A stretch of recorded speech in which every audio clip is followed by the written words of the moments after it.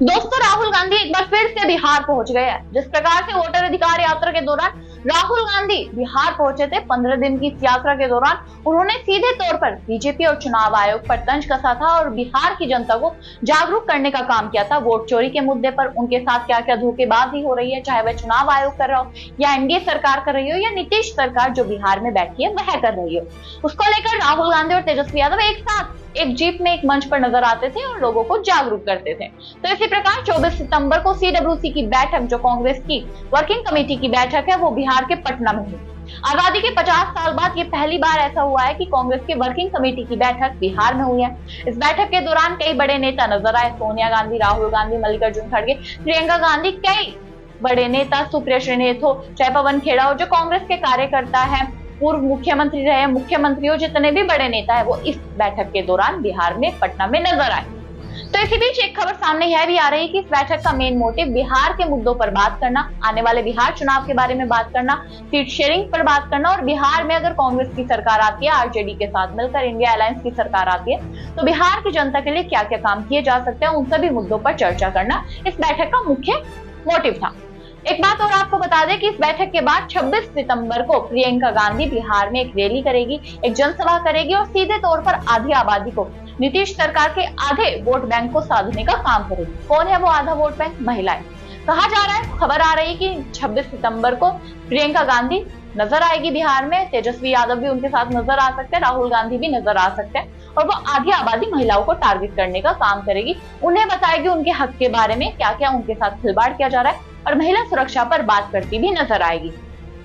और एक बात सामने यह भी आ रही है कि राहुल गांधी इस बैठक के बाद कुछ दिनों बाद दोबारा से बिहार आएंगे और एक यात्रा और शुरू करेंगे। इस यात्रा में वह तेजस्वी यादव के साथ बिहार के जो अहम मुद्दे हैं उन पर चर्चा करेंगे। जिस प्रकार से पहले बिहार की वोटर अधिकार यात्रा निकाली गई, बिहार में वोटर अधिकार यात्रा के दौरान मुद्दों पर बात की गई, उसी प्रकार की किस तरीके से वोट चोरी हुई है उन पर बात की गई थी, उसी प्रकार से अब राहुल गांधी इस बैठक के बाद एक और आयोजन कर सकते हैं, कार्यक्रम कर सकते हैं, एक और यात्रा बिहार में निकाल सकते हैं बिहार चुनाव से ठीक पहले। अब आपको हम सुप्रिया श्रीनेत और पवन खेड़ा के कुछ बयान सुना देते हैं। जब वह पटना पहुंचे, वहां पर जाकर उन्होंने क्या क्या बयान दिए, किस मुद्दे से सीडब्ल्यूसी की बैठक हुई, उसके बारे में।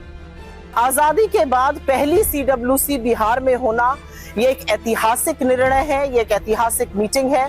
आजादी के आंदोलन के बाद यहाँ से एक बड़ा संदेश जाएगा। असलियत ये है कि बिहार त्याग, तप, तर्पण, क्रांति की भूमि है। बिहार ने गांधी के महात्मा बनने का सफर शुरू किया। इसी सदाकत आश्रम से राजेंद्र बाबू की स्मृतियां जुड़ी हुई हैं और इसी बिहार ने जननायक राहुल गांधी के हाथ में फिर से इस देश के लोकतंत्र को जन जागृत करने का बीड़ा सौंपा। जब उन्होंने वोटर अधिकार यात्रा निकाली, जिस तरह से बिहार में वोट चोरी की साजिश हो रही थी उसका पर्दाफाश किया, पलायन के खिलाफ, बेरोजगारी के खिलाफ बिहार उठ खड़ा हुआ है। बिहार जरूर परिवर्तन करेगा और आज की मीटिंग बिहार के युवाओं को, खेतीहर मजदूरों को, किसानों को, महिलाओं को एक अहम संदेश देगी। जय हिंद। स्वतंत्रता के बाद एक पहली बैठक सदाकत आश्रम में हो रही है। बहुत ऐतिहासिक मायने हैं इस बैठक के, ऐतिहासिक ये भवन है, ऐतिहासिक भूमि है और यहाँ से जो भी निष्कर्ष निकलेंगे, जो संदेश जाएगा, वो पूरे देश के लिए, देश के लोकतंत्र के लिए एक ऐतिहासिक संदेश होगा। हम सब उम्मीद करते हैं कि क्योंकि सारे देश को उम्मीदें कांग्रेस से हैं, आज हम उन उम्मीदों पर खरा उतरेंगे। आपने सुना, कांग्रेस का मेन मोटिव इस बैठक को लेकर सिर्फ इतना ही है कि वे बिहार की जनता को जागरूक कर सके और आजादी के 50 साल बाद जब ये बैठक वहां पर हो रही है तो खुद में बड़ी बात है। ये बात भी पवन खेड़ा और सुप्रिया श्रीनेत, कई तमाम कांग्रेस के बड़े नेता कहते नजर आए हैं। अब आपको क्या लगता है कि कांग्रेस की इस बैठक का पटना में ही होना क्या जरूरी था? जो 50 साल से नहीं हुई बैठक, वो अब अचानक से पटना में ही क्यों की गई? उसके पीछे आपको क्या राज लगता है? हमें कमेंट बॉक्स में जरूर बताइएगा। तब तक के लिए नमस्कार।